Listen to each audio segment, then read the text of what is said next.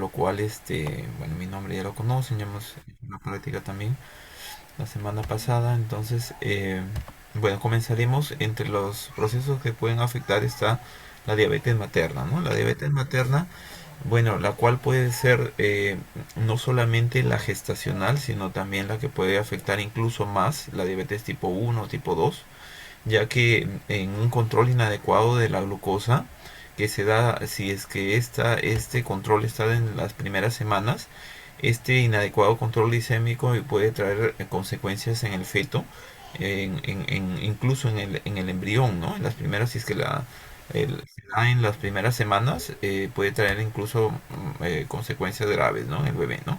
Afectar su organogénesis, ¿no? E incluso, bueno, traer consecuencias tanto en su peso, alteraciones, ¿no? Como en su desarrollo fisiológico, como lo vamos a ir viendo, ¿no? En cuanto pues el criterio para definir la diabetes, ya sabemos, una glucosa mayor de 200, ¿no? Con los síntomas clásicos de la diabetes, una glucosa plasmática en ayunas mayor de 126 y una curva de tolerancia, ¿no? La cual se hace con una prueba de 100 gramos. Estos criterios también se aplican, bueno, para la diabetes tipo 1, tipo 2 y en el caso de, perdón un ratito para aceptar a sus compañeros, y en el caso pues de las gestantes, normalmente se hace un tamizaje pues a las gestantes entre la semana 24 y 28, ¿no? Con una ingesta de 50 gramos y una hora después se le hace el tamizaje o el cribado o test de Sullivan que se conocen, de test de O'Sullivan, y si en un caso la glucosa es mayor de 140, se cataloga pues como una sospechosa, ¿no? Un resultado positivo que puede entrar a una prueba de tolerancia, a una curva de tolerancia de la glucosa, la cual será con 100 gramos de glucosa, y se determinará ahí si se trata de una diabetes gestacional o no, ¿no? Y en el caso de la que fuera menor de 140 es un valor normal, ¿no? Y si en un caso es una diabetes que fuera antes, utilizamos los primeros criterios que se da para la diabetes en general, ¿no? Entonces, una vez que se ha determinado, pues, esta patología más o menos se presenta en el 1 a 5% de las gestantes, ¿no? Y representan, la diabetes gestacional representa el 90% de las gestantes diabéticas, ¿no? Y la diabetes pregestacional más o menos representa el 0.2 a 0.3% de las gestantes y representa más o menos el 10% de las gestantes diabéticas, ¿no? Sin embargo, las complicaciones es mayor cuando se da en esta diabetes tipo 1, tipo 2, ya que el embrión, el feto va a estar expuesto desde sus primeras semanas, ¿no? Con estos valores de glucosa altos, insulinas elevados, ¿no? Y tiene una mayor consecuencia sobre este feto y bebé en formación, ¿no? La tasa de mortalidad es 5 veces mayor con respecto a los hijos de madres no diabéticas, ¿no? Bueno, el hijo de madre diabética es un neonato que tiene un riesgo mayor de presentar complicaciones.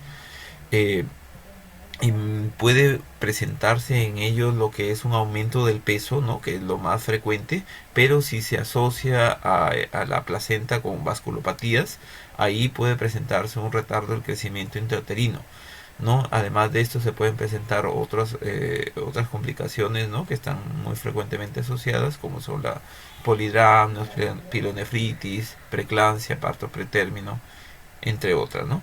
Entonces, lo que puede ocasionar, bueno, lo puede ocasionar la diabetes, ¿no? Es que la insulina retrasa la maduración morfológica y funcional de algunos órganos, ¿no? Y puede producir un cierto antagonismo con el cortisol, ¿no?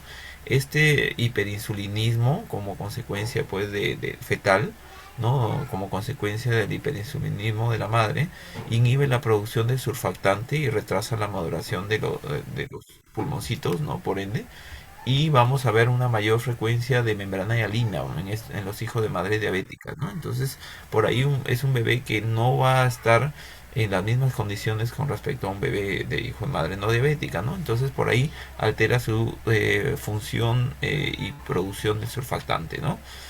En cuanto a pues la fisiopatología de esta diabetes que puede traer en las secuelas en el bebé, es que una hiperglicemia materna puede producir también una hiperglicemia fetal. Un ratito para admitir a sus compañeros. Admitir. Y esta hiperglicemia fetal va a también conllevar a un hiperinsulinismo fetal, ¿no? Entonces, en el caso de la hiperglicemia fetal, puede traer consecuencias como anomalías congénitas, ¿no? En el caso de que se den las primeras semanas, una disminución del peso, ¿no? Y en el caso de la hiperglicemia asociada a hiperinsulinismo y hiperinsulinemia fetal, puede traer como consecuencia macrosomía, ¿no? Una asfixia, ¿no? Mayor secuelas a nivel del corazón, ¿no? La miocardiopatía. En el caso de también hipoxia fetal, ¿no? Policitemia para tratar de compensar esta hipoxia fetal, ¿no? Que quiere decir el aumento de glóbulos rojos, ¿no? Y esto va a conllevar a un aumento de trombosis venosa, ¿no? Anormalidades en el hierro y también una mayor destrucción de esta masa globular, ¿no? Llevando a una ictericia y a su vez este metabolismo hepático inmaduro que tiene en el bebé va a aumentar la ictericia, ¿no? Entonces estos bebés tienen muchas secuelas, no solamente en el momento de la organogénesis, sino también posterior, ¿no? Estos bebés en el periodo ya del nacimiento pueden presentar hipoglicemia neonatal, defectos, bueno, por la consecuencia de la mala formación del surfactante, ¿no? Y tener una aceleración de la lipogénesis, un incremento de la síntesis proteica y como consecuencia de la asfixia o perdón, la hipoxia fetal puede llevarse a muertes fetales o muertes intrauterinas, ¿no? Entonces son bebés de mucho riesgo los hijos de madre diabética, como ya hemos visto. Bueno, el hiperinsulinismo puede llevar a un aumento del anabolismo, ¿no? Por consecuencia macrosomía, incluso pueden nacer antes de tiempo, prematuritos, una deficiente de cantidad de surfactante y calidad de surfactante nos puede llevar a una enfermedad de membrana hialina, un aumento de la masa globular como consecuencia de una hipoxia relativa, ¿no? Y esto a su vez llevará a trombosis, ictericia, ¿no? Y eritroblastosis. En cuanto a los estudios anatomopatológicos, esta hiperglicemia produce en el feto un mayor aumento de la producción de insulina, que se va a ver como una hipertrofia, hiperplasia de las células beta, de los islotes de Langerhans en el páncreas, y un incremento en el peso de la placenta y ciertos órganos, ¿no? Con excepción del cerebro, puede haber una hipertrofia miocárdica, un aumento del citoplasma de los hepatocitos, hematopoiesis extramedular y anomalías congénitas que pueden tener eh, como consecuencia del efecto teratógeno que se da por la glucosa elevada, ¿no? En este caso.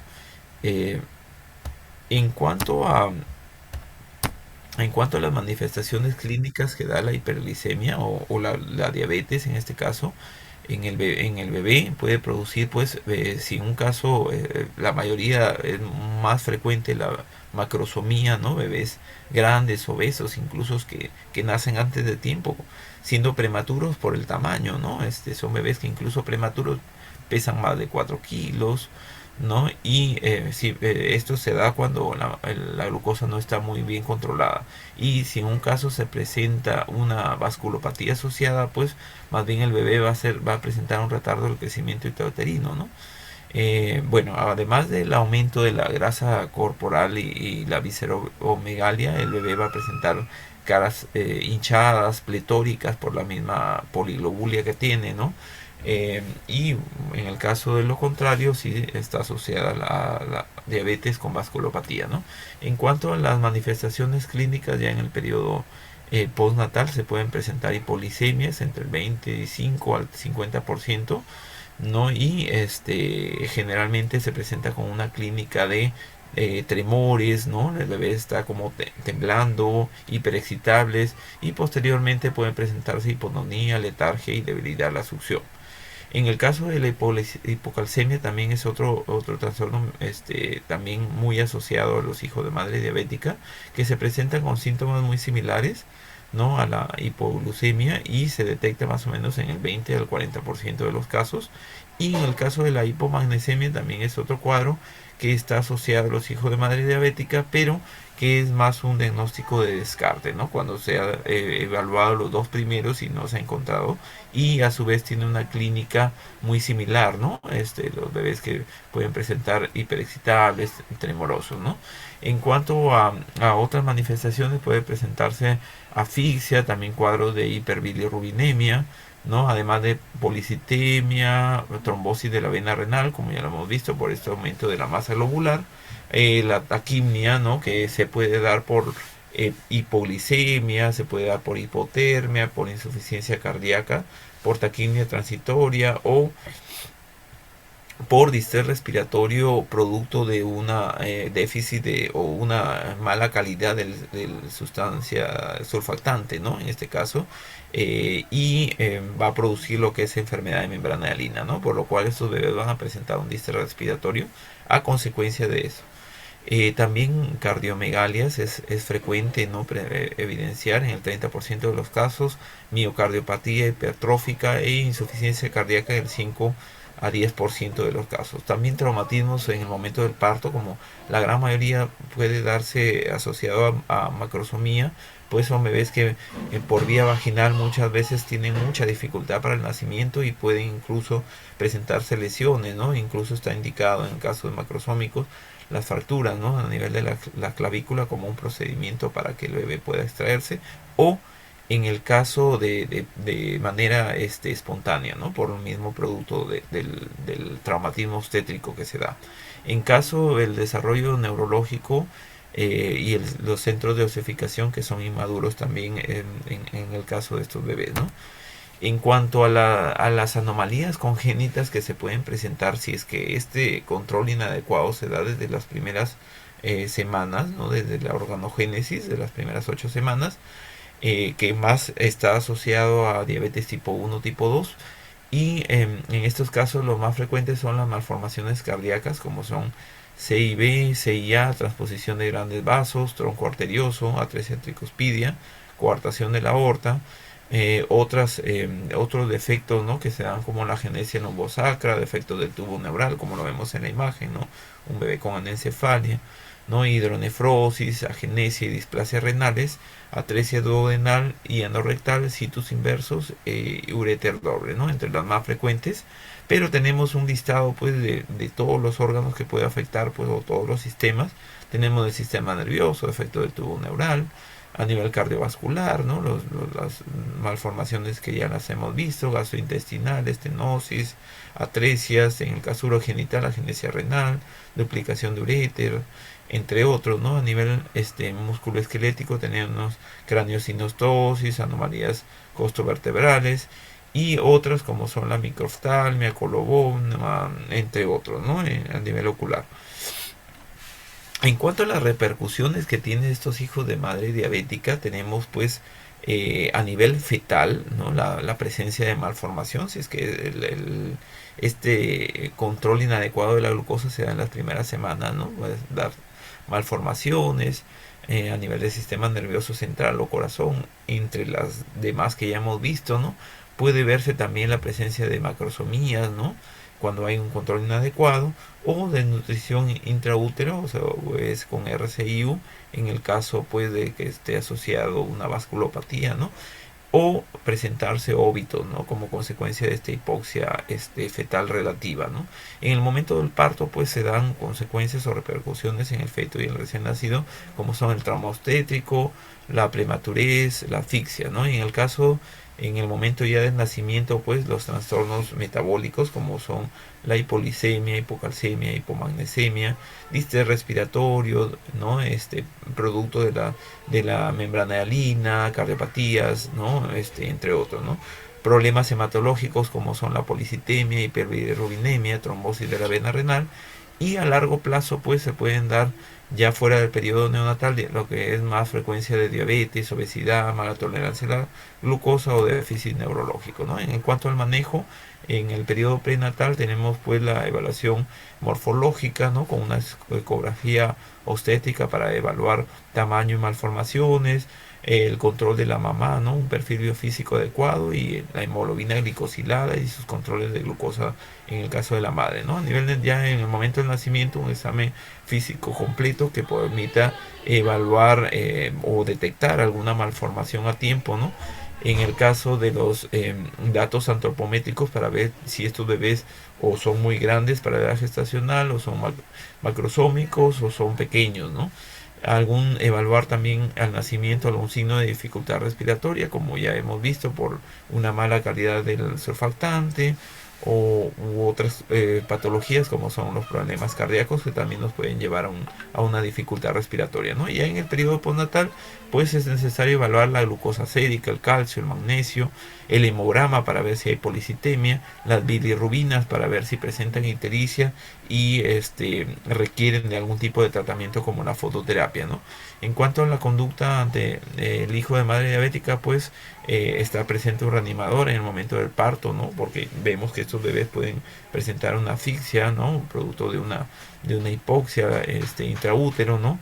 En el momento del examen físico, ya lo hemos visto, los exámenes adecuados para detectar alguna malformación y el control de la glucosa, el calcio, el hematocrito, las bilirrubinas, ¿no? Y además, en caso tuviera alguna dificultad respiratoria, ¿no? Evaluar o de repente la presencia de soplo, descartar alguna cardiopatía o una masa abdominal que se pueda detectar en el momento del examen físico, ¿no? Y bueno, el manejo ya del bebé dependerá si se da en un cuadro de una hipoglicemia, en el caso de un trastorno, el más común es la alteración, la hipoglicemia de la glucosa, ¿no? Con una glucosa que puede estar, dependiendo de la bibliografía, menos de 40, ¿no? Y en el caso de que fuera sintomático, pues es necesario el manejo endovenoso, ¿no?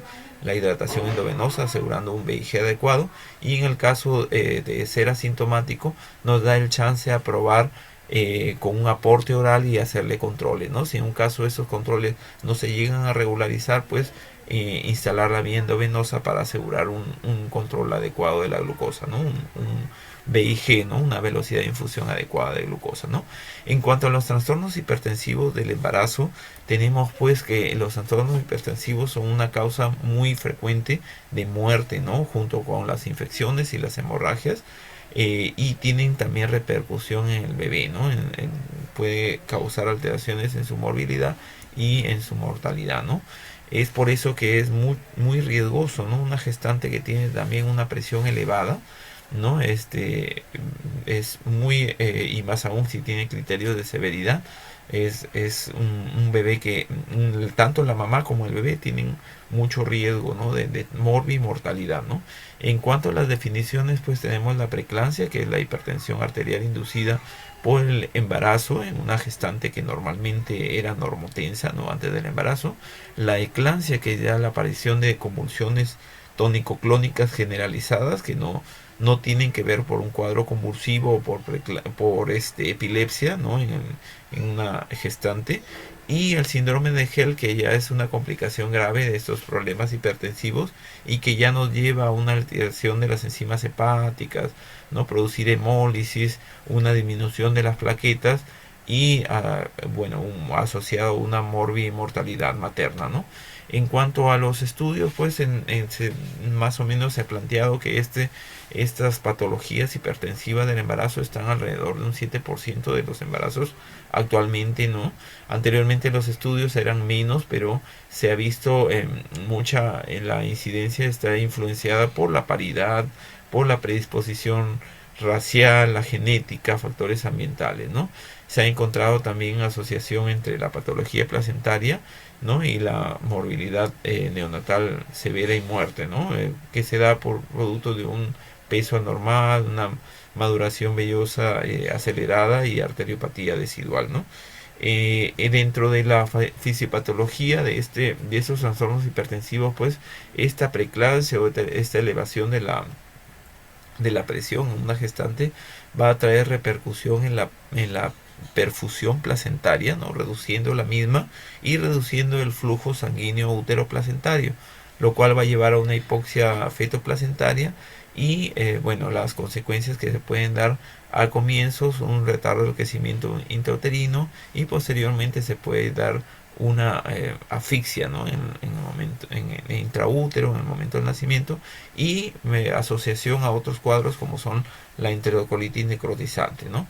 En cuanto a los tratamientos que se utilizan también para el manejo de esta hipertensión inducida por el embarazo o de estos cuadros hipertensivos, están ciertas drogas que son muy comunes, que lo usamos incluso en nuestro medio, como es el sulfato de magnesio, ¿no? Que es el tratamiento ideal, ¿no? Para la disminución de la presión arterial en el caso de la gestante, ¿no? Pero sin embargo, este sulfato de magnesio también va a traer consecuencias en el neonato o en el bebé, ¿no? Porque puede producir una variabilidad de la frecuencia cardíaca fetal, ¿no? Y puede manifestarse incluso con una depresión al nacimiento, ¿no? Que lo vamos a evidenciar en el Apgar, ¿no? Generalmente es un factor de riesgo que la mamá esté recibiendo sulfato de magnesio, el bebé puede nacernos con un grado de depresión, ¿no? También la metildopa, que es otro medicamento que se utiliza, ¿no? Como guía en las guías de ginecología para el manejo de la gestante con estos trastornos hipertensivos, pero que también puede traer una transitoria y breve disminución de la presión arterial, ¿no? En el bebé. Y el otro que no es tan común utilizado es el labetalol, que se asocia generalmente con hipolisemia en aproximadamente 50 de los pacientes, 50% de los pacientes, ¿no? Neonatos. Sin embargo, no es tan utilizado en nuestro medio. Los dos primeros son los que más utilizamos en nuestras días, ¿no? Que vemos estos cuadros, ¿no? Hipertensivos. En cuanto a la morbilidad asociada, pues aumenta el riesgo de muerte fetal, ¿no? En el caso de muerte también neonatal temprana, prematuridad, aumenta la tasa de prematuridad, la dificultad respiratoria y los ingresos en la UCI, ¿no? Es muy frecuente ver a una gestante que llega con preeclampsia, que pues tienen que terminar el embarazo porque pone en riesgo la vida tanto de la mamá como del bebé, y tenemos un mayor ingreso en la UCI, nacimientos prematuros, una mayor asociación con enterocolitis necrotizante, ¿no? Se ha hecho estudios en los cuales se medía la incidencia en los hijos de madre con algún trastorno hipertensivo, pues se ve esta incidencia mucho mayor con respecto a los hijos de madre que no tienen esos problemas hipertensivos, ¿no? Además puede haber disfunción diastólica del ventrículo izquierdo y mayor incidencia de displasia broncopulmonar en los neonatos prematuros nacidos de madres preeclámpticas, ¿no? En cuanto a otras morbilidades que nos puede traer estos trastornos hipertensivos, está el retardo de crecimiento intrauterino, la prematuridad, el bajo peso, bebés que son pequeños para la edad gestacional, problemas metabólicos también como la hipoglicemia, hipocalcemia, problemas a nivel de hematología, ¿no? De hematológicos como son la plaquetopenia, la neutropenia, policitemia, trastorno de coagulación, que es otro problemita muy frecuente en recién nacidos, taquimia transitoria de recién nacido, hemorragia interventricular, ¿no? La hipoacusia neurosensorial, y, sepsis, enterocolitis necrotizante, ¿no? Entre las más frecuentes, que incluso pueden llegar hasta la muerte neonatal, ¿no? En cuanto a la morbilidad postnatal que está asociada a estos problemas hipertensivos como son la preeclampsia, está pues desórdenes del neurodesarrollo, trastornos del aprendizaje, aterosclerosis, diabetes mellitus, coronariopatía, obesidad, infarto de miocardio y trastornos tiroideos, ¿no? El diagnóstico se hace básicamente con el antecedente de la mamá, pues, ¿no? Con estos problemas hipertensivos, las repercusiones que ha traído en el neonato, tanto en su crecimiento, en su desarrollo, en la homeostasis, ¿no? Si hay alguna alteración metabólica. En cuanto a los consecuencias o los antecedentes de los medicamentos administrados a la madre en el momento del periodo prenatal y en el momento ya del nacimiento, y las complicaciones que se dan, ¿no? El diagnóstico diferencial se hace pues con esas mamás que tienen algún grado de disfunción placentaria, pero que el bebé, el sufrimiento se da por algún otro cuadro como es una enfermedad renal, una neumopatía, entre otras, ¿no? Aquí vemos un bebé, hijo de madre preclámptica, ¿no? Que generalmente tiene unas fases muy características como de un bebé viejito, ¿no? Que es propio de un bebé que tiene un retardo del crecimiento intrauterino, ¿no? Vemos la piel muy delgada, ¿no? La poca cantidad de grasa que ha acumulado el bebé, ¿no? Y vemos pues características que son propias de un bebé con retardo de crecimiento intrauterino, ¿no? En cuanto al manejo, pues dependerá del problema que se presente en el recién nacido. Si se da pues en un bebé que tiene problemas hematológicos, si es policitemia, planoaféresis, si es anemia, la transfusión de un paquete globular, si es también hemólisis, pues la fototerapia, sanguinotransfusión, y si es algún grado de dificultad respiratoria, el soporte ventilatorio, ¿no? Dentro de los cuales sí, si en un caso fuera algún problema metabólico, el manejo, ¿no? También sea con el aporte de dextrosa, gluconato de calcio, si en un caso presenta hipocalcemia, o hipomagnesemia también, que es algo muy frecuente, ¿no? Las malformaciones, no hay ninguna diferencia con respecto a la población similar, que no presenta este trastorno hipertensivo, ¿no? Los hijos de madre con encefalopatía hipóxico agudo o con neumonía por aspiración de meconio son los de mayor de riesgo de presentar algún tipo de mortalidad, ¿no? Y las secuelas son neurológicas, más o menos ocurren en un 3 a 4% de los casos. En cuanto a los trastornos tiroideos, que es otro proceso que puede afectar al feto del recién nacido, hay que tener en cuenta pues que la función tiroidea es bueno, es una patología frecuente, pero que la función tiroidea más o menos se regula más o menos a las 36 semanas o la producción adecuada, ¿no? De estas hormonas tiroideas a las 36 semanas. Sin embargo, en las primeras semanas depende mucho de la cantidad de hormonas que son secretadas, ¿no? De la madre, ¿no? Para su equilibrio y su desarrollo a nivel neurológico, ¿no? La prevalencia depende de los valores que se utilizan como referencia en el caso del problema tiroidea de fondo, ¿no? Y se debe realizar mediante exámenes pues que son la TSH y T4 libre, ¿no? Más o menos se produce ya una suficiente cantidad de hormonas tiroideas en la semana 20, pero la producción ya digamos regular para que el bebé pueda solo mantener su homeostasis o sus funciones tiroideas regularmente es a las 36 semanas, ¿no?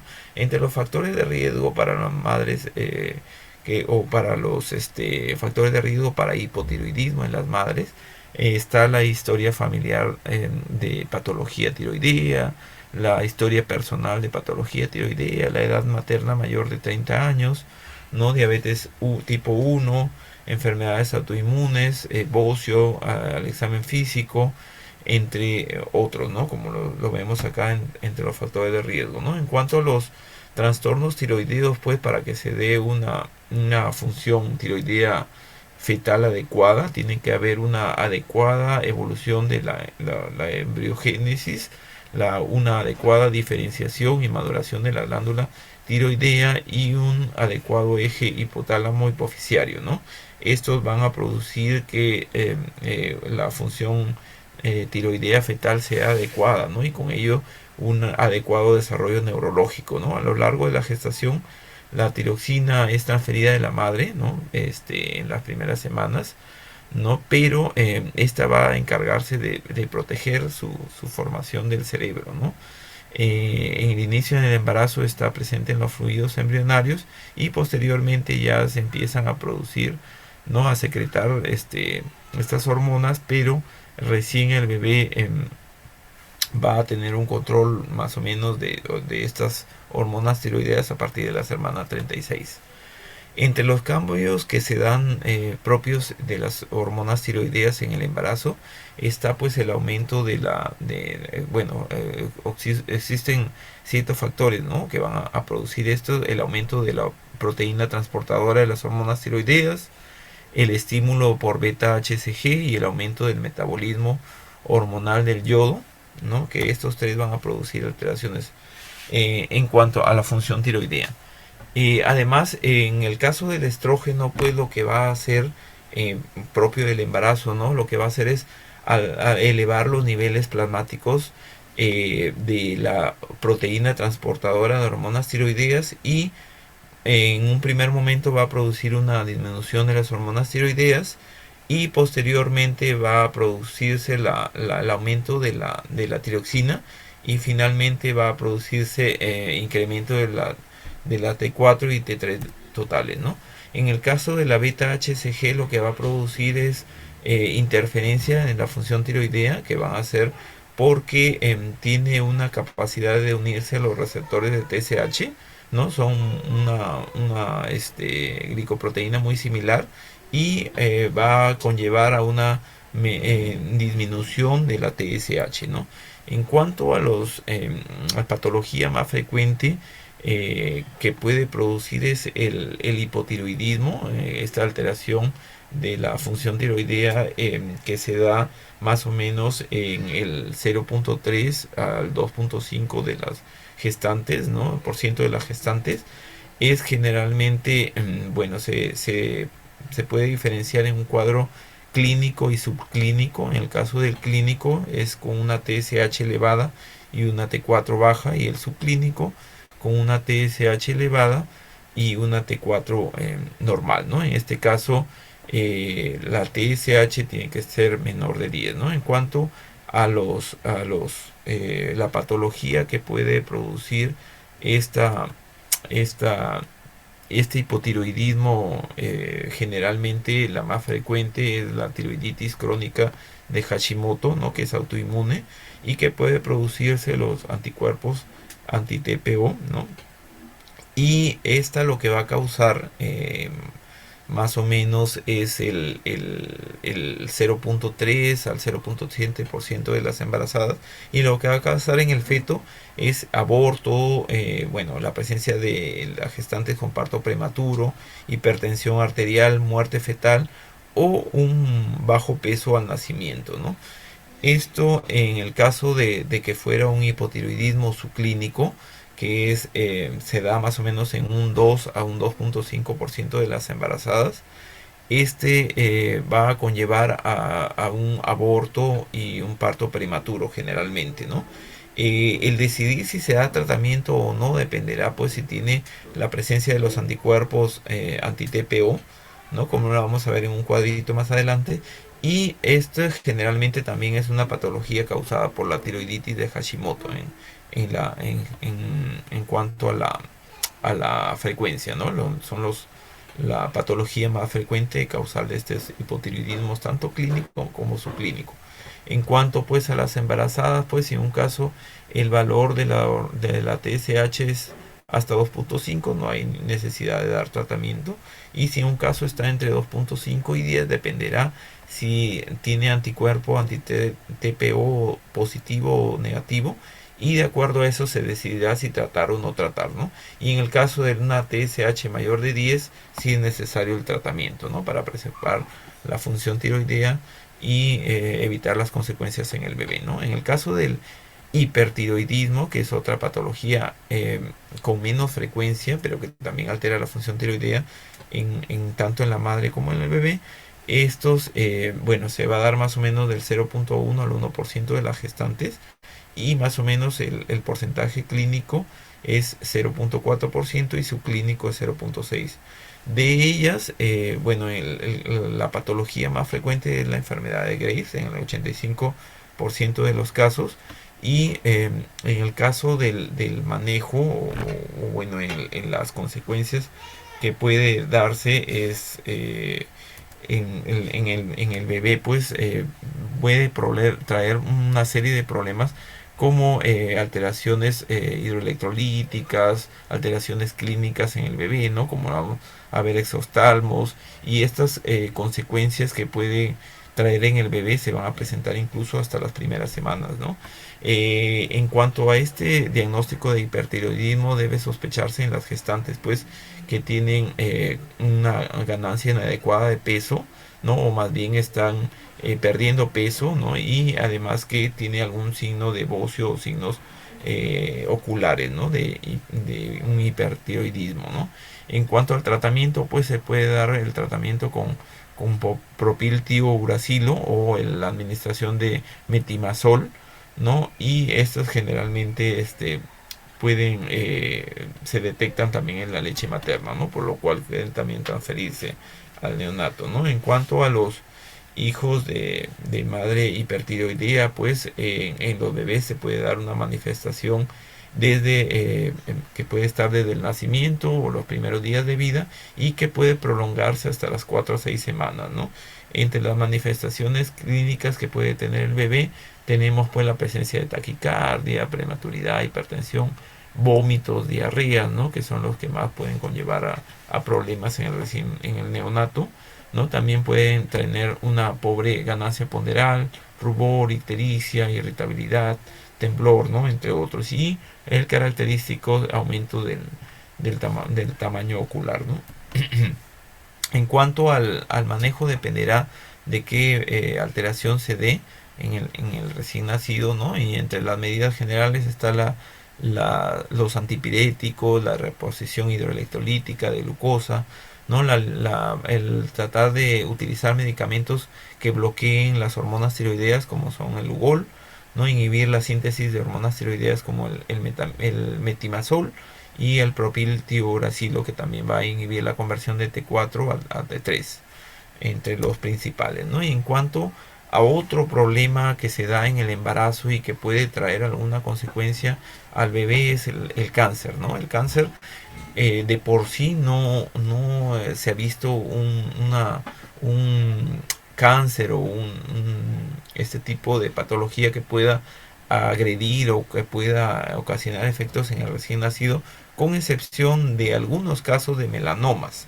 No, más bien los efectos que se pueden dar en el feto y en el recién nacido son producto de ya del tratamiento en sí, ¿no? Como lo vemos en el caso o el tratamiento o el manejo que se da en estas gestantes que tienen cáncer, ¿no?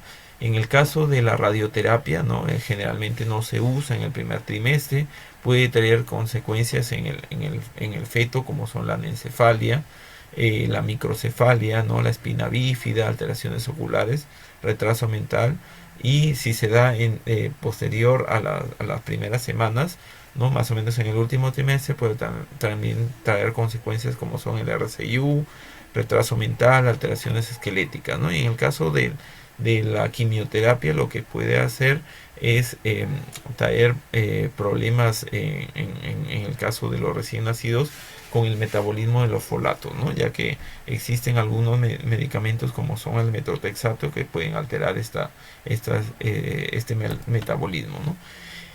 Como último punto, que es el screening neonatal, que es parte también de esta clase, rápidamente vamos a ver, es un proceso de detección de una enfermedad a través de una prueba que se da de forma rápida con la finalidad de detectar a los recién nacidos que aparentemente están sanos, pero que pueden tener una enfermedad. No, la finalidad de un tamizaje cumple con dos criterios, ¿no? Que es la detección precoz en el periodo que coberture el 100% de los recién nacidos y que el tratamiento de los casos detectados como positivos y se inicien lo antes posible, ¿no? en este periodo neonatal, ¿no? Este tamizaje neonatal fue inventado por primera vez por Robert Guthrie, ¿no? Quien vio en la práctica la potencialidad de estos exámenes que se hacían en un recién nacido y vislumbró ese detección, ¿no? Para evitar secuelas en los bebés, ¿no? En este caso, en el Perú tenemos una norma técnica que es la 154 del 2019, que es la norma técnica que abarca las 6 patologías en nuestro medio, ¿no? Existen en otros países tamizajes mucho más complejos, ¿no? Que abarcan mucho más patologías, pero en el caso de nuestro país está regulado con esta norma técnica y abarca lo que es el hipotiroidismo congénito, la hiperplasia suprarrenal, la fenilcetonuria, la fibrosis quística, la hipoacusia congénita y la catarata congénita, ¿no? En el caso de la catarata, pues, es la pacificación del cristalino, ¿no? Que se da en el periodo neonatal y que puede ser Unilateral o bilateral. La fenilcitonuria, que es una enfermedad causada por el defecto del metabolismo de la fenilalanina, ¿no? Y que va a producir retraso mental severo y otros defectos también asociados, ¿no? En el caso de la fibrosis quística, que es una enfermedad multi sistémica, ¿no? Que es genética, ¿no? Que se debe al defecto de los canales del cloro y va a producir pues problemas a nivel digestivo y respiratorio, ¿no? Son bebés que no van a ganar peso, tienen muertes tempranas y estas se pueden determinar con un tamizaje, ¿no? En el caso del hipotiroidismo congénito, que es una enfermedad que puede traer deficiencia en la producción de las hormonas y va a alterar el neurodesarrollo del bebé, ¿no? Esta es la principal causa de retraso mental prevenible, es por eso que está considerado en nuestro norma para el tamizaje. La hiperplasia suprarrenal congénita, que es otra enfermedad que va a tener deficiencia de la enzima 21 hidroxilasa y que va a causar alteración a nivel de la síntesis de los esteroides y de la corteza suprarrenal, ¿no? En este caso puede traer alteración a nivel del desarrollo de los genitales, muerte neonatal y desequilibrio hidroelectrolítico, ¿no? En el caso de la hipoacusia congénita es la disminución de la capacidad auditiva, ¿no? Que puede deberse a la falta de detección y puede traer problemas no solamente en la acusia, sino también en el lenguaje, ¿no? Y en el aprendizaje. Entonces, lo que hace el tamizaje neonatal es tratar de detectar ciertas enfermedades metabólicas que nos pueden traer como consecuencia retraso mental, daño hepático, epilepsia, infertilidad, anormalidad de los genitales y muerte, ¿no? Bueno, sus indicaciones se da generalmente a partir de las 48 horas de vida en un bebé que ha nacido a término, ¿no? Y en el caso de bebés prematuros a partir de las 48 horas de vida y se puede retamizar a las 15 días de tomar la primera muestra, ¿no? Cuando hay casos sospechosos, ¿no? En el caso de recién nacidos enfermos y críticos se puede realizar a partir de las 48 horas de vida y retamizar también a los 15 días, ¿no? En el caso de bebés que van a recibir transfusión, se recomienda antes de la transfusión, ¿no? En este caso, el procedimiento para realizar el tamizaje neonatal de las 4 patologías que están normadas en nuestras guías de tamizaje están se toma la muestra de sangre, ¿no? Con una gota del talón y se pone en estos círculos de esta cartilla, se llenan los datos con claridad y se envían estas muestras a Lima, ¿no? Entonces el resultado nos va a venir luego de unos días y va a detectar lo que es el hipotiroidismo congénito, hiperplasia suprarrenal congénita, fenilcetonuria y fibrosis quística, que son las 4 patologías metabólicas que están consideradas en nuestra norma técnica, ¿no? Y este es el procedimiento para la toma de muestra y es con lo que se envían las cartillas a Lima, ¿no? Bueno, estas son cómo se deben tomar adecuadamente las muestras y no producir hemólisis, ni que estén coaguladas, ni ser insuficiente la muestra, ¿no? En cuanto al tamizaje de la hipoacusia, pues en este caso se hace a un recién nacido con una primera autoemisión, ¿no? Y en el bebé que tiene el examen, que no pasa el examen, que tiene alterado esta primera autoemisión, se puede realizar una segunda automisión y si en un caso no pasa este examen se puede derivar a un otorrinolaringólogo para que complete el estudio, ¿no? Sin embargo, en un bebé que pasa el examen pero que en el caso tiene un antecedentes o factores de riesgo, se puede realizar una revisión trimestral y o incluso de ser necesario revisarle unos potenciales evocados, que es otra prueba para detectar hipoacusia, ¿no? Que es un poquito más compleja y bueno, de acuerdo a ello ya se puede realizar el plan terapéutico en el caso del otorrino laringólogo, con lo que va a detectar qué es lo necesario para tratar de manejar este cuadro de hipoacusia, ¿no? Dependiendo de la patología que tenga, ¿no? Este es cómo se realiza el tamizaje de hipoacusia congénita y en el caso de la catarata congénita es lo que se evalúa el reflejo rojo, ¿no? En el recién nacido y esta nos va a permitir evaluar si es necesario o derivar a un oftalmólogo para el manejo de estos cuadros de catarata congénita, y dependiendo si tiene antecedentes o no de algún cuadro infeccioso, darle tratamiento, ¿no? A esta patología de fondo. Eso es en cuanto a lo que quería expresarles con respecto a la clase. No sé si de repente hasta ahí tengan alguna pregunta, jóvenes. Sé que son varios temas, he tratado de ser conciso con la finalidad de que puedan estar a tiempo con su clase. Estamos justo, son las 5, no sé si hasta el momento tengan alguna pregunta. Bueno, doctor. Bueno, entonces, de no haber ninguna pregunta, pues les dejo que continúen con con su siguiente clase de geriatría. Y bueno, les envío las diapositivas con su delegado Renzo. Que tengan buenas tardes. Muchas gracias por la atención. Gracias, doctor. Buenas tardes.